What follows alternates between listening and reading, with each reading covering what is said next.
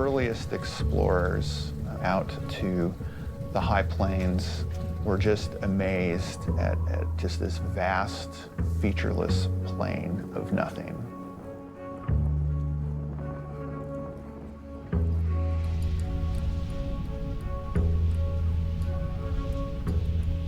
Even the Native Americans stayed away from going across this because if you didn't have water, you were simply going to die out there.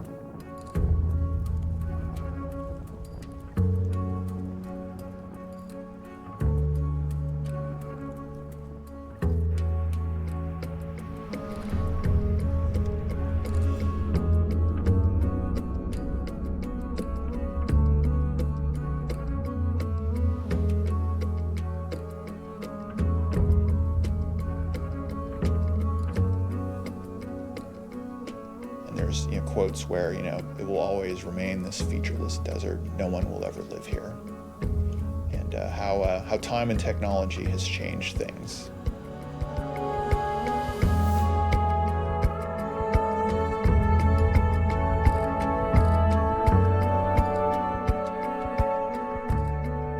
The Ogallala Aquifer is this underground source of water, and it's a common resource. The pumping of the Ogallala Aquifer prevented a second Dust Bowl. That would have been far worse than the first one. It's turned what was called the Great American Desert into a Great American Bread Bowl. Somewhat amazing, but that single aquifer constitutes 40% of all the water used in Texas. And so it's been this great economic engine for the high plains, both in Texas and across the United States.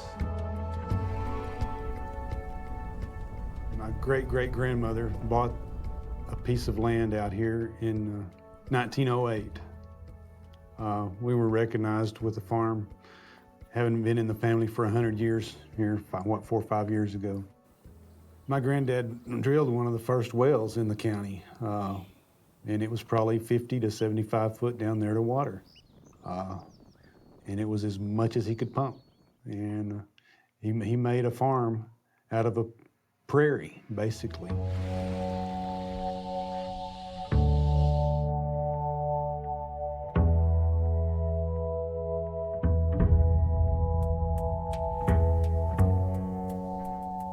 Well, the Ogallala is, it's right in the middle of the breadbasket, central part of the United States. It's not just in the high plains of Texas. I mean, it goes from North Dakota all the way down to Midland, Big Springs, Texas. I mean, it covers a lot of acres, a lot of square miles. So it does have a devastating effect on the breadbasket of the United States.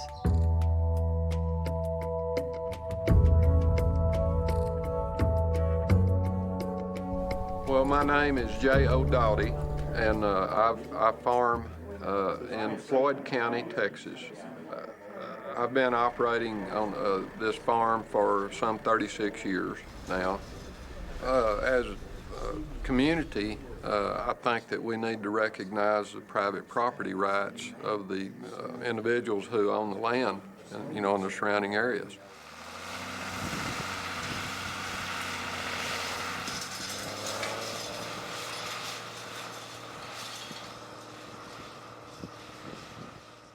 I guess the issue with managing the Ogallala Aquifer is that we're pumping it at 6 times the rate that the water's coming back in. And so we pump about 6 million acre-feet a year out of the aquifer, and about 1 million naturally recharges the aquifer, comes back in and replenishes the aquifer. And so think about your bank account. If you're spending 6 times as much as what you're earning, your bank account's going to dwindle over time, and that is exactly what we're seeing in the Ogallala Aquifer.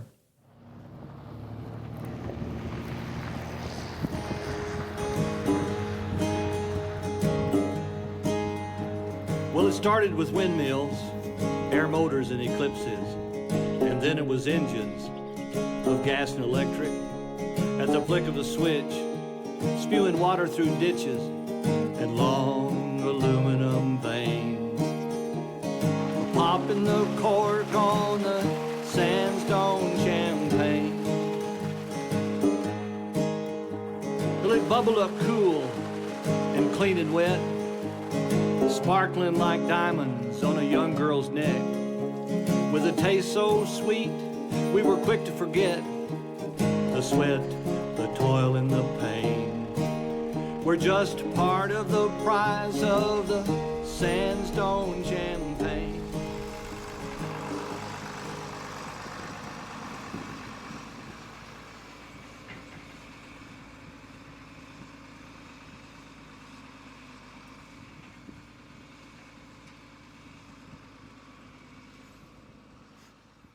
We do live in a desert. This is classified as a desert. And lo and behold, the fact that we found water underneath the desert was a wonderful thing for about 50 years. But that's over with now. Our municipal wells have declined 60 to 70% in the past 2 years. We don't know that we might not lose that last 30% in the next 60 days. You don't know. I mean, one of these days you just go out there and it's not there anymore. And that's the seriousness of the situation here. The people here, they've spent their whole lives with cheap, abundant water. And those days are gone. 2 years ago, a year and a half ago, we strolling through the summer, and our water in our wells started declining. So we had to go to zero watering, and it was kind of a shock to them because it was all of a sudden, and it's hard for them to really realize, you know, what could happen here. This is the Agribusiness Report. I'm Tony St. James. From College Station and the Texas A&M AgriLife Extension Service, this is your Texas Crop and Weather Report. We've had drought, which has probably had more impact than anything else. Even still, there are big problems for a significant part of the country. Mainly now across the western and central United States, drought has completed a pretty significant southwestward shift in recent months. We're now talking places like West Texas and New Mexico being ground zero for this evolving drought situation.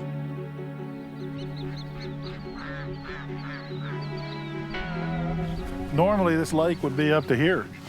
And the city council made the decision about 6 months ago that we couldn't utilize city water to help maintain it. And we've had absolutely no rain to refill it. And this park normally is just beautiful. Restrictions are about to get even stricter. In less than 2 weeks, the city will enter stage 2 of the drought contingency plan.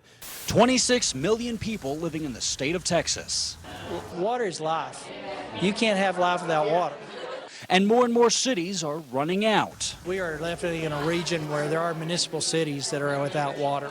We're losing jobs today because of the uncertainty of the availability of water. When I was a kid, like I say, we run water in open ditches. And they'd run full of the coldest, most wonderful water you ever saw. Out on my ranch, the springs that ran the creek there were cottonwoods this big around.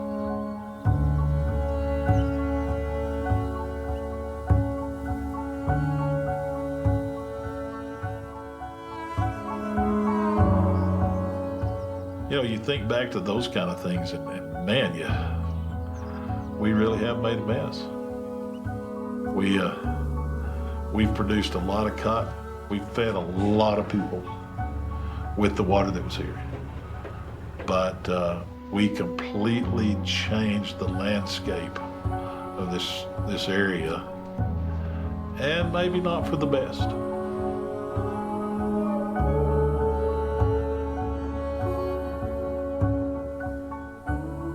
This is an edge of Lake Travis, one of the lakes that feeds and waters Austin, part of the Colorado River.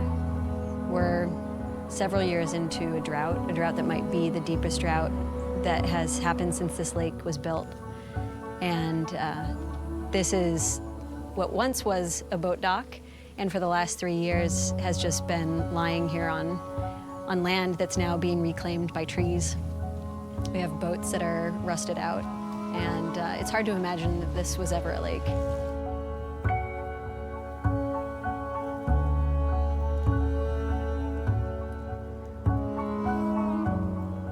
Groundwater made Texas possible.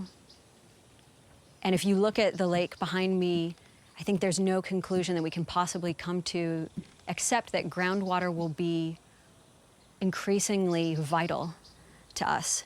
Groundwater is there even in times of drought, and Texas is drought. It's drought punctuated by floods.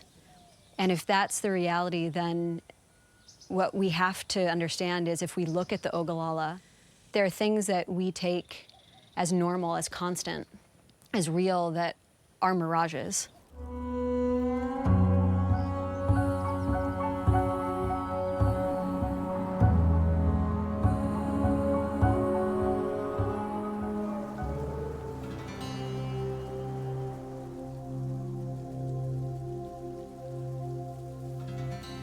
We are the tribe of the Mother Lode Aquifer.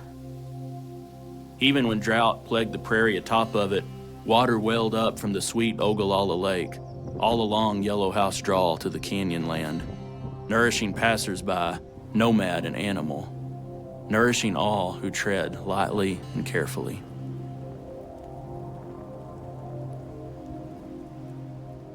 Everything relates to agriculture, and the trickle down is just gradually killing the town. We lost a meatpacking plant over here at Plainview about 90 days ago, and they took 2,000 jobs out of Plainview. Well, it took about 120 out of Olton. By faith, the walls of Jericho fell after the people encircled the city for 7 days. Inspired by that biblical passage, a group of Plainview citizens walked in prayer around the Cargill meatpacking plant 7 times a day for 7 weeks. We just hope that God will hear our prayers and something will happen. Either the plant reopen or some miracle will happen where it just doesn't impact the city as bad as it's projected to impact us. So the water, the water is, it's part of it's a phenomena that we can't really describe because, our land values are based upon it. Taxing authorities look at the value of the land, and it affects your school systems, and your churches, your towns. I just heard a report this week that one of the local schools have lost just already about 120 students. And that's just one of the schools. That's our 5th grade school. So that's a lot. In Jesus' name we pray. Amen. It's not that the drought is taking the water away from our wells.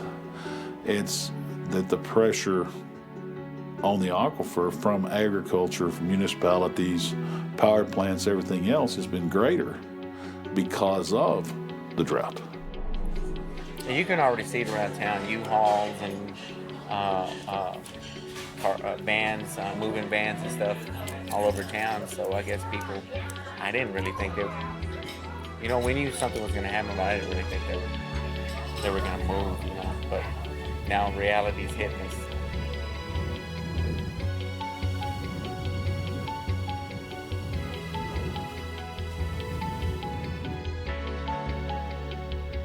Humbling enough is this waste of our own making.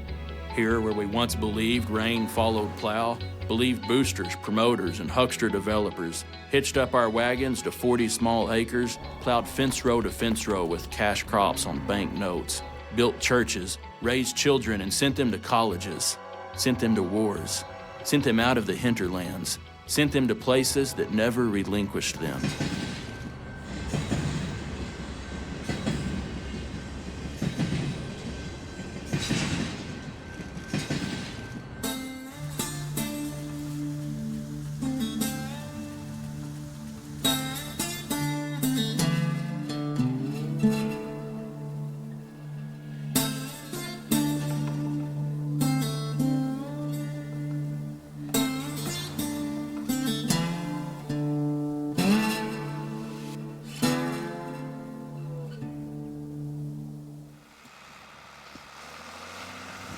On my operation, I'm a fairly small farmer. My operation consists of 1,160 acres, and by today's standards, that's not very big. I'm looking at having to spend approximately $60,000 in order to install meters and comply with these rules the way they're written. And that is a hardship for me. Along with several other farmers, J.O. Doughty formed a group called the Protect Water Rights Coalition that is fighting the pumping limits proposed by the High Plains Underground Water District. But it's just like Mark Twain said, whiskey's for drinking and water's for fighting. And I guess that's the way it's going to be from now on, evidently. J.O. Doughty. Thank y'all a lot for having us, and I hope that all of you guys fared well in the storms recently.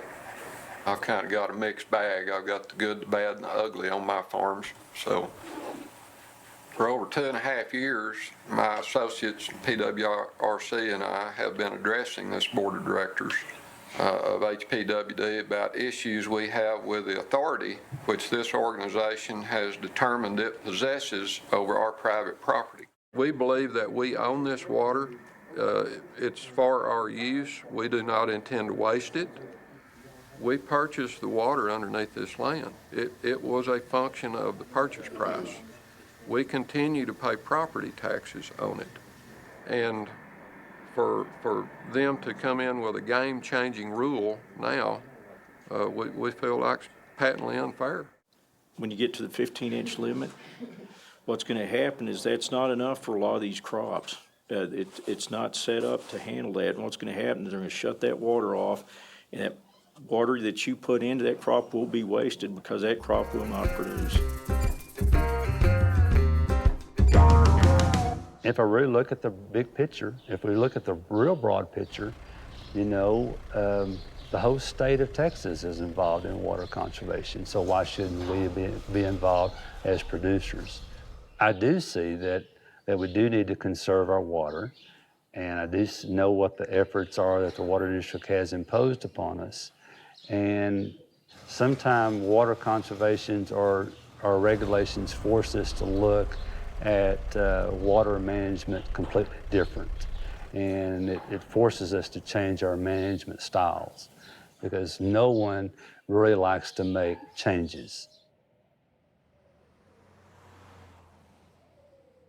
I mean, we moved large volumes of water in this part of the aquifer.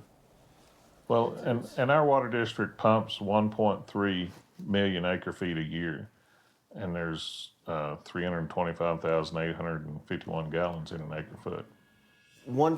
Average well on our farming operation produces about 500 gallons a minute.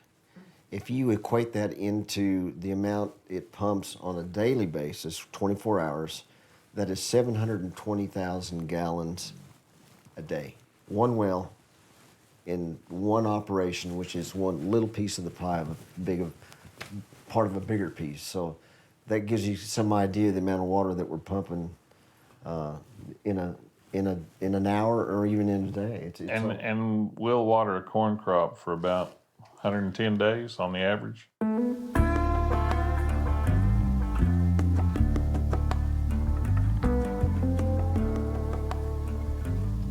To get some perspective on how to look at this, I think you need to recognize that farming, agriculture, is in the business of selling water. That's all we're doing is selling water. The only difference is packaging. We sell water in packets of potatoes. Other people sell water in packets of corn, packets of cotton, packets of peanuts, packets of apples, or, you know, if you go to orchards, cattle. Water creates the feed, the cattle eat. We're all selling water. And so when you come in and regulate, it's cutting to the very heart of our business. Deep in the earth, through the rock that encumbers it, down to the water sand, down to the water pay.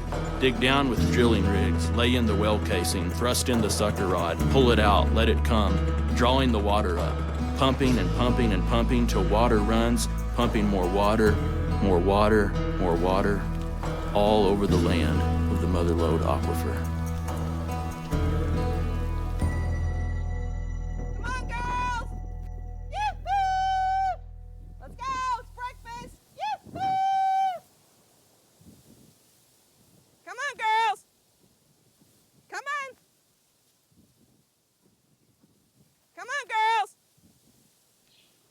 Come on, let's go, heifer. Come on.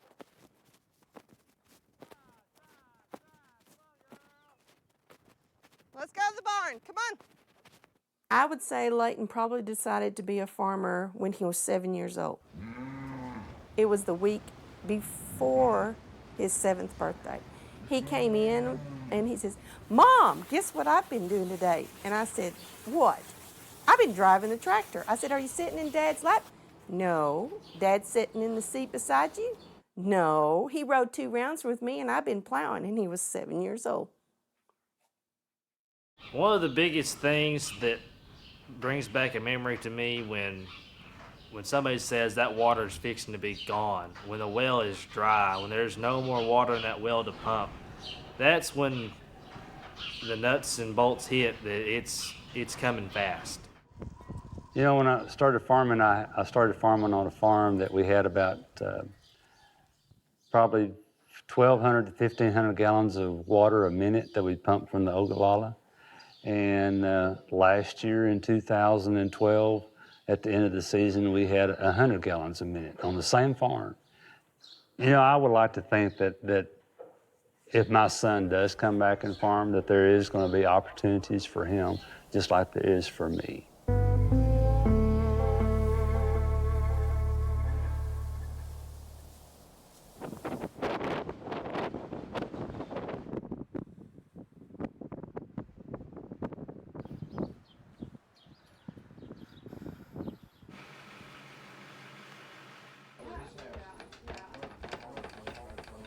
Thank you. I hope it is. Hope you like it.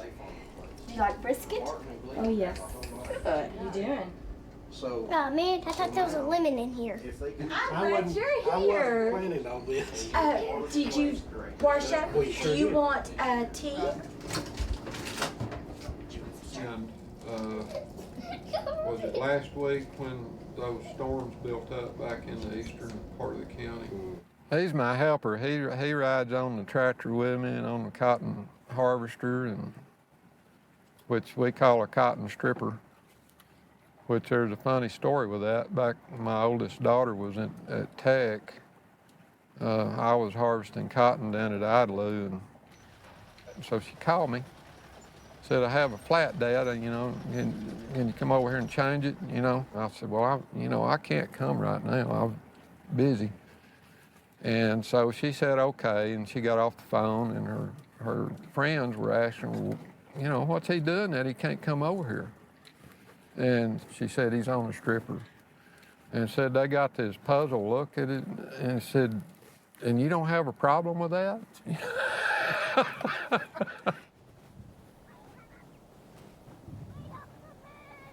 What I have here in this farm and in my land is my retirement.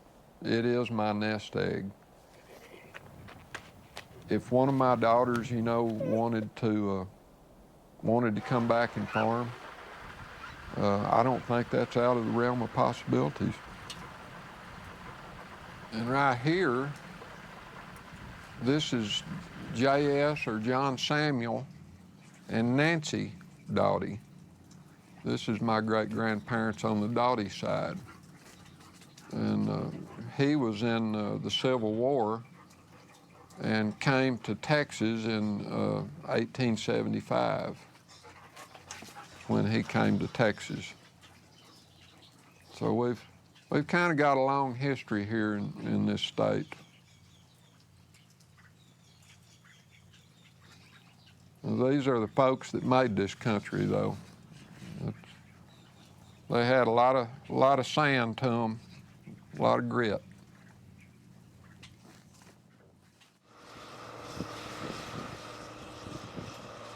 I've not made a dryland crop since 2010 because of the drought. Were it not for the irrigation on the irrigated land that I have, I would have probably ceased to be in business, I imagine.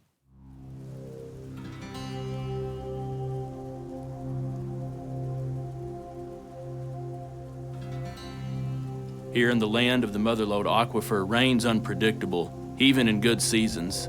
Never enough but for grasses and buffalo. Never enough but for seasonal wanderers. Never enough for the dwellings of permanents needed for farming and ranching and industry. Never enough for the chambers of commerce. Rain can't be entrusted to God and the elements, not by the tribe of the Motherlode Aquifer.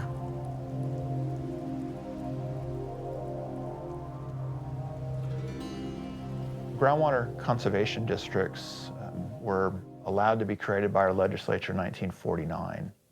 And one of the criticisms was that each district does things their own way and have their own management goals, if any management goal. 2005, the legislature said, hey, you all need to have a goal to shoot for. And so they introduced the concept of desired future condition, which is basically, what do you want your aquifer to look like in the future? The local districts decide how to implement the desired future condition. So we simply say, you wanted this desired future condition. We say, here's how much you can pump and not break that desired future condition. Yeah, that's one of our challenges. The state's saying, okay, y'all give us a desired future condition, give us a management plan, and give us a set of rules that are gonna meet that desired future condition. The rules, I'm not necessarily opposed to the rules. I don't know if it's going to solve the problem, and I don't know if it may distort more than it has helped or would help. We look at some of the government programs in the years past and feel like it's been one of the biggest users of water is government programs. When ethanol became a big deal, there was a lot more corn planted up in the high plains. And we definitely saw an uptick in how much was being pumped to grow that corn. So definitely, you know, what subsidies are out there or directions, say the federal government wants to go in, that can have an impact on how much water is being used. So over a period of time, we were using water on a crop that market was saying we really don't need at this time. It was break even or maybe even a loss. And the government was paying you to do it. And when you were using a resource that was finite. So yeah, that's my brother and I like to say that you're using a resource we're running out of to grow a crop that the market is not demanding, paid for by a government that has no money or is in fact trillions of dollars in the hole. There's more corn grown this year in this area in a drought. I mean in areas where they don't really have a whole lot of water this year. When you start driving around the countryside and you think, duh, what's going on? I mean, high dollar corn does not make you have any more water. I mean, corn is not the only thing that makes money. Glenn has never been a corn farmer. He's always grown cotton and he's always grown grain because he says he can always grow more grain more efficiently with less water. So therefore, the corn has never even been an option for us because he thinks this is not corn country. Corn country was for the north where they have more access to water automatically. One thing that we have learned is gross profit. Somebody who makes the most money does not mean that they made the most net dollars. Farmers, at their base, they're businessmen. And so if they see they can grow this other crop and make a heck of a lot more money at it, and perhaps they need to pump more water to do it, they're going to do it. They're looking at their return of investment. We have a good free market system out here. Farmers are good stewards of their land, and we'll do what needs to be done to make this work out for a long time to come. But if you get everything centralized where there's centralized control over production, that is not a good thing. Let people take care of their own business. And that's one thing we really try to push. You know, freedom is a good thing. Liberty is a good thing. That's what's made this country so great.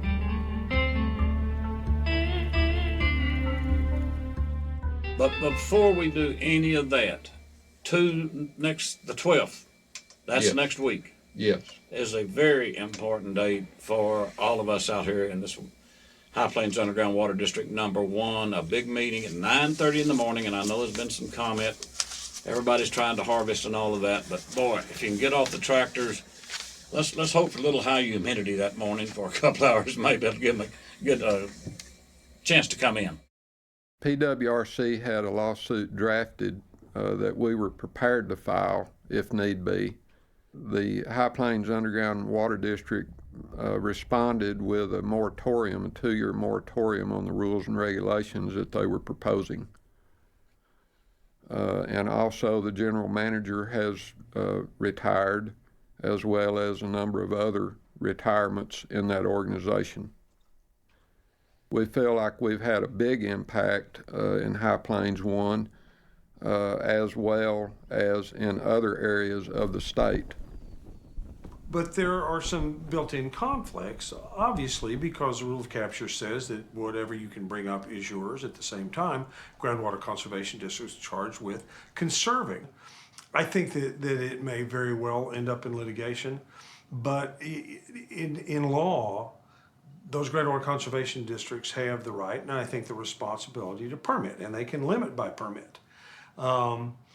It's sort of like that the air in your backyard, you can do whatever you want with it, but you are limited by statute or by regulation emissions that you can put into that air. It is still a common resource, even though there are ownership rights, and we're all affected by everyone else's consumption. Right now, I think the system is working pretty well. There's a lot of discussion and disagreement, and we've got to work that out if we're going to preserve local control. But I don't think that the permitting responsibility for groundwater conservation districts and the vested ownerships of water are necessarily or fundamentally in conflict.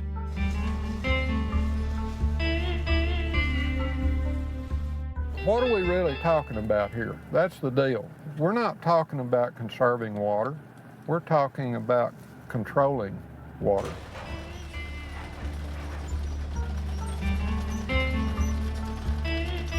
In many ways, the way that we regard groundwater is almost entirely informed by how we look at oil and gas.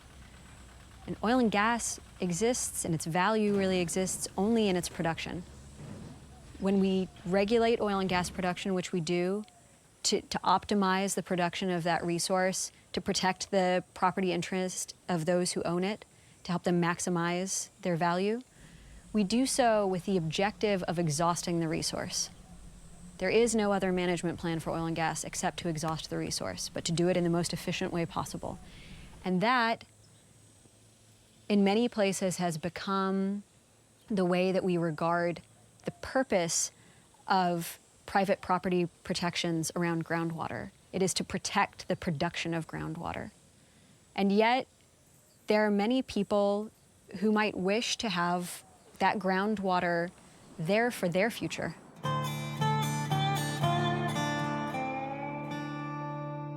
Well, a desired future condition is primarily a policy decision that's informed by science. So the science doesn't tell you what your desired future condition is. Somebody has to make a policy decision, and pretty much what that means is it's an opinion made by the appropriate policymakers. In the case of desired future conditions, it's the groundwater districts. And, going out and telling somebody, turn your well off, that's almost impossible to enforce. I mean, we've never done that, and we don't have enough cops to do that. And is the water district going to hire a bunch of cops to run around? And that's just not practical, at least in my opinion, to have a water cop, for example. Groundwater is a private property right, but the state does allow for it to be regulated. However, the state itself does not regulate it. The state decided to leave it to local control. So we can have rational, science-based decisions around how long we want to extend the life of our aquifers. And ultimately, that has to run the gauntlet of local politics. The High Plains Water District invites public comment at several town hall meetings to discuss the regulations regarding pumping limits.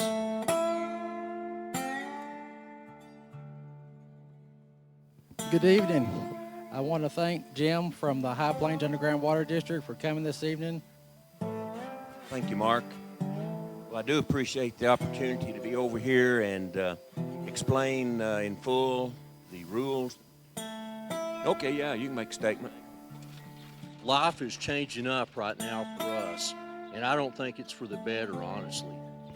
And I tell you, I don't think this has a darn thing to do with water conservation, in my opinion. I think it has to do with taking our water away from us.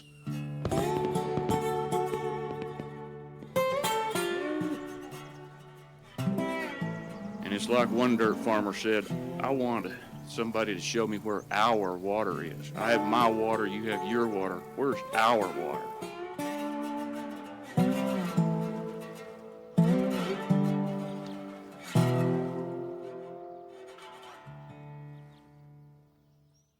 In Texas, if you're a landowner, you own everything from hell all the way to heaven. It's you own the oil and gas, you own the minerals, you own the water. The problem is the water doesn't stop at your property line. That water under the ground that's yours might also be your neighbor's, right? It also might be your neighbor's neighbors. It's a common pool resource. The rule of capture got established in Texas back in 1904, and it was a result of a drought that happened in 1901. And what happened was there was a drought, and there was railroad companies that were looking for water after the local creek had dried up.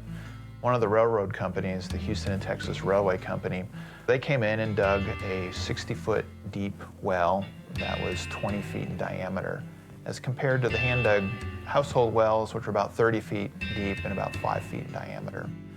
The railroad hooked a 25,000 gallons per day steam-powered pump to their well.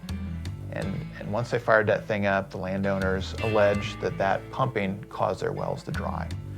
And they filed a lawsuit. A fellow by the name of William East took that case all the way to the Texas Supreme Court. And ultimately, the railroad company won. And the Texas Supreme Court established at that time rule of capture in Texas, often called the law of the biggest pump.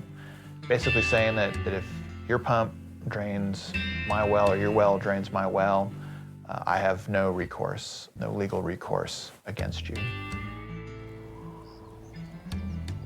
The PWRC lawsuit is based on the precedent set by a Texas Supreme Court case in 2012, which claimed that local water districts had to compensate landowners if pumping limits caused the taking of private property.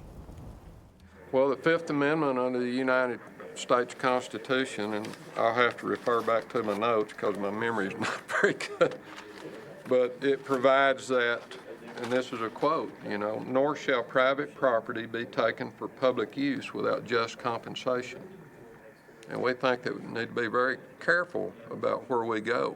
I mean, you can have noble intentions, but if you tromp all over people's constitutionally protected rights, what have you got? You've got basically mob rule then.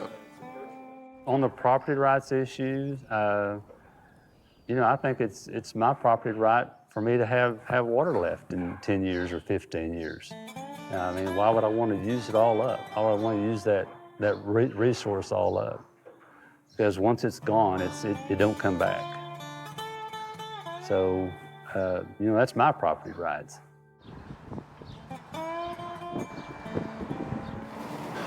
People don't leave here much. The younger people do, but the older people, they predominantly stay.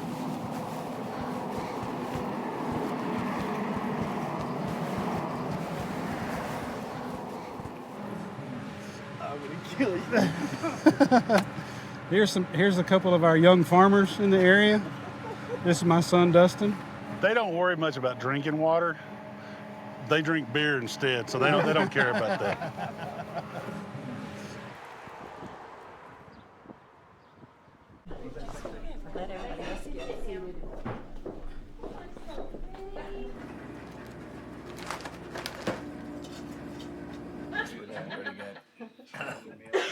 I was born in Oklahoma, but before I celebrated my second birthday, we were here. So I guess I'll probably stay. I've kind of gotten used to the place. I fell in love with history of Olton when we did the bicentennial paper for Olton Enterprise and dug down into the old stuff. A man from Iowa came down and could see the future of this, and in much of his newspaper ads in the northern papers of Iowa, Illinois, and up in there, he talked about this would one day be a vast agricultural empire. And he brought excursion trains down and brought people. Many of Olden's early people came from Iowa.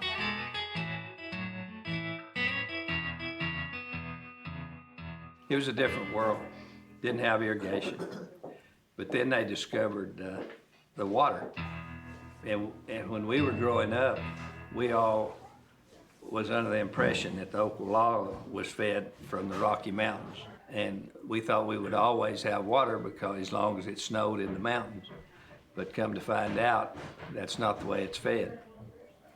So it really caught the older generation by surprise when the water table started dropping. And, you know, they kept wondering about the snows in the mountains.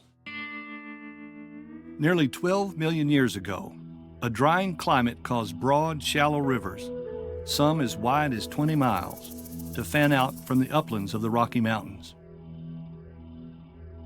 These rivers crossed the high plains like ribbons, switching back and forth with new channels eroding old ones in a continual cycle of creation and destruction. The continuing uplift of the Rockies strengthened the power of the Ogallala rivers to wear down the very mountains themselves. After 10 million years, the rivers had built a wide, thin blanket of sands and gravels that stretched for hundreds of miles, all along the entire length of the eastern front of the Rocky Mountains. And all the while these Ogallala rivers were stripping away the Rocky Mountain highlands, the west coast was being pulled apart, forming a new ocean in the Gulf of California, whose warm waters increased the energy of the North American monsoon as it rushed up the southern U.S. to drop its heavy rains on the Rockies. These powerful rains drove the Ogallala rivers to carve deep valleys, eroding deeper and deeper into the bedrock until they lost their connection to their old source in the Rocky Mountain highlands. As the Ogallala rivers diminished, their silt buried the original Ogallala sands, then hardened into a caprock that is all but impenetrable to rainfall. Now, the Ogallala waters are preserved deep underground, nested between buried sand grains, left as a gift to the future tribes of the Mother Lode Aquifer.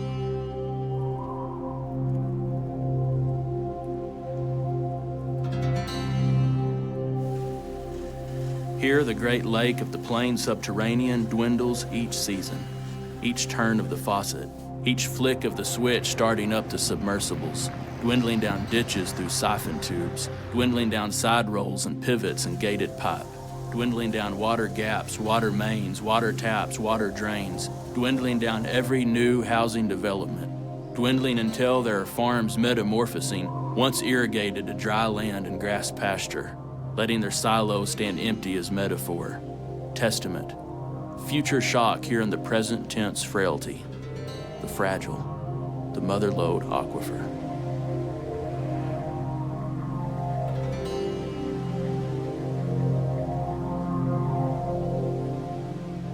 Now, when we consider all the very small towns around here that have one time been dependent on water, or still are dependent on water, we have to think ahead and wonder when the water gets to be scarcer, which towns are going to go down first, and how fast should we let them go down? Is it worth it to cut everybody back to a real marginal level just so the school and post office can stay open another 10 years? I've heard it called triage, that there's only one out of however many communities that's probably going to make it. The reason that these communities were all brought about was to facilitate production and transportation of the farming products. So rather than there being a need for a town every 10 miles, there's probably only a need for a town every 50 miles. So what do we do with the 10-mile towns? As far as these small towns not being needed anymore, that's somebody that doesn't live in a small town. You know, I don't live here because I have to. You know, we live here because we want to. To see what's in the future for my son and his kids and the water in this area, it's tough to see what might happen, you know. He could be farming that dry land within a few years, you know. So it's hard to see this water being depleted like that.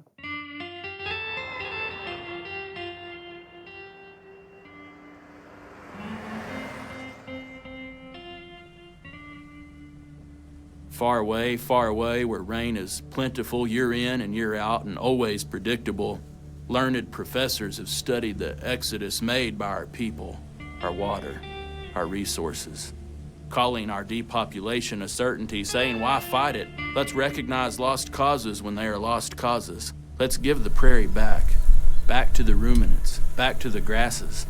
Let's give us a home where the buffalo roam, where the skies are not cloudy all day after day after day after day.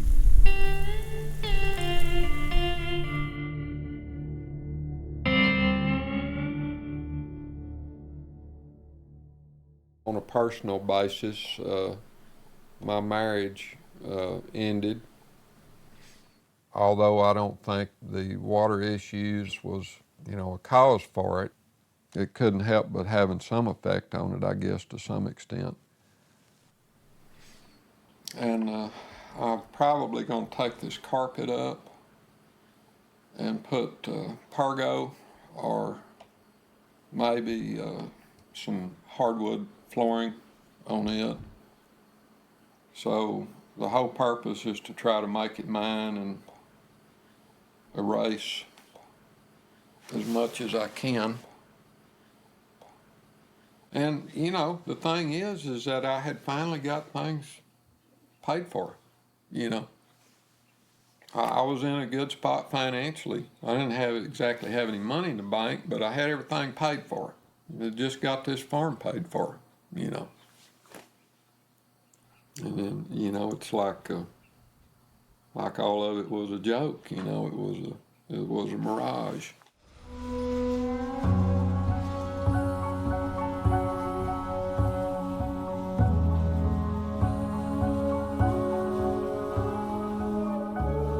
Well, Glenn is not the average farmer. He is a very meticulous, detail-oriented person. He can tell you per acre inch how much water he's using, how much per acre expenditures, how much per acre he made. He is extremely detailed-oriented. If there's a way to conserve water, he's all about it. We have better weather stations now than what we've had in the past, and so I mean it's real time. Most of it's real time instead of delayed 24 hours or 48 hours. So we have ready access to any information that we want. You know, satellite imagery and satellite information, and a monitoring system on a pivot or a monitoring system on a drip system or whatever. It's all internet-based anymore. The crop water use, whether it's from irrigation standpoint or from a dryland farmer standpoint, is going to be, you know, it's going to be the next generation, the next step up of information. That's going to be very important to be able to make those decisions.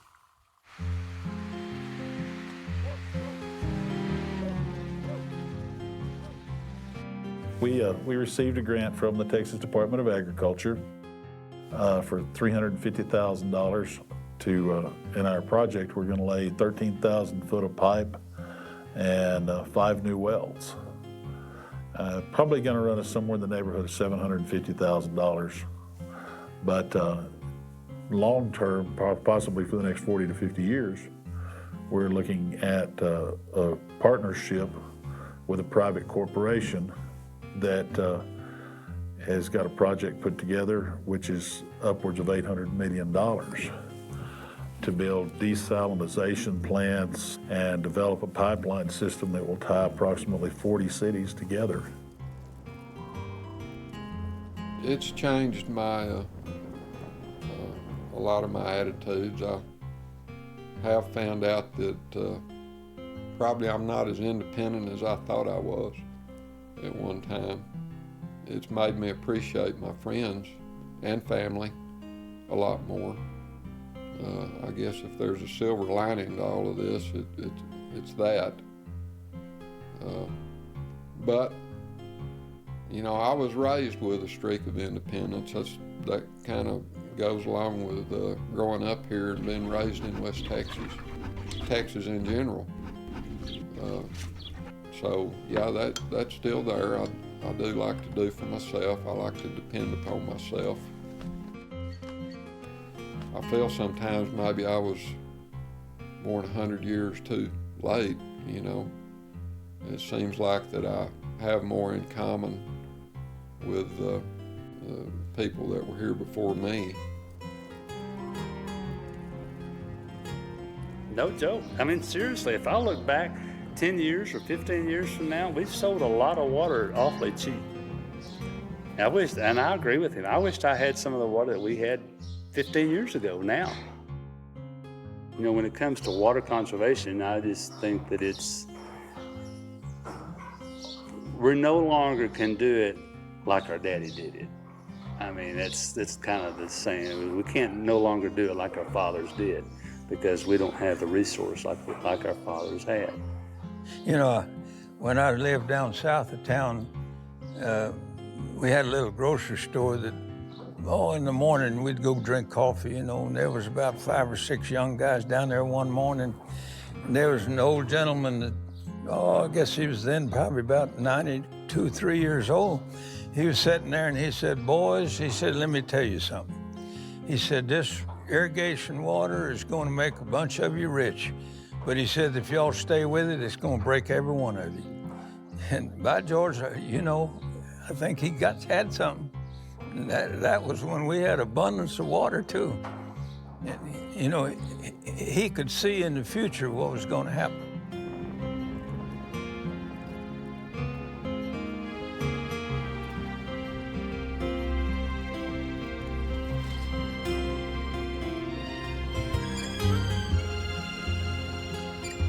We live in such a globalized market that the decisions being made by farmers in the Panhandle don't only affect farmers in the Panhandle. When their cotton crop fails because of drought, when they switch to dryland farming and no longer have that yield, that affects us globally. And we saw that happen in the 2011 drought, that the cotton failure in Texas shocked the cotton market globally. The problem is it's not just the Texas Panhandle. If you look at any aquifer that we rely upon for our most basic commodities, they are all somewhere along that same continuum toward exhaustion. The Central Valley in California, the Ogallala Aquifer all the way up to Nebraska, aquifers in Mexico, in Peru, in China, in India. This is a drama that is playing out worldwide. And so the question that we have to ask collectively is, what comes after water?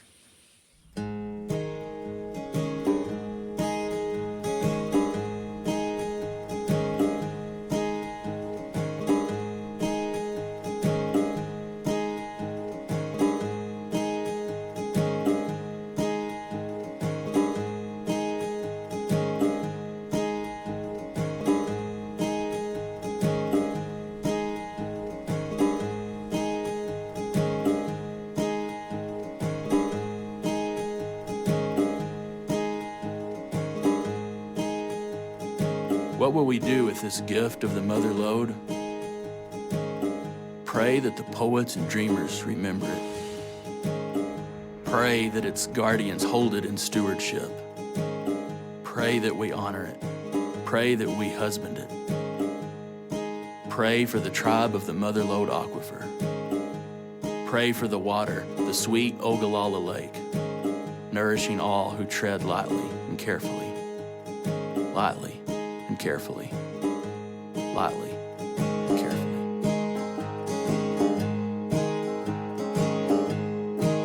Now it's a damn foolish party, and there's a hangover due for our sons and our daughters when all the drinking is through.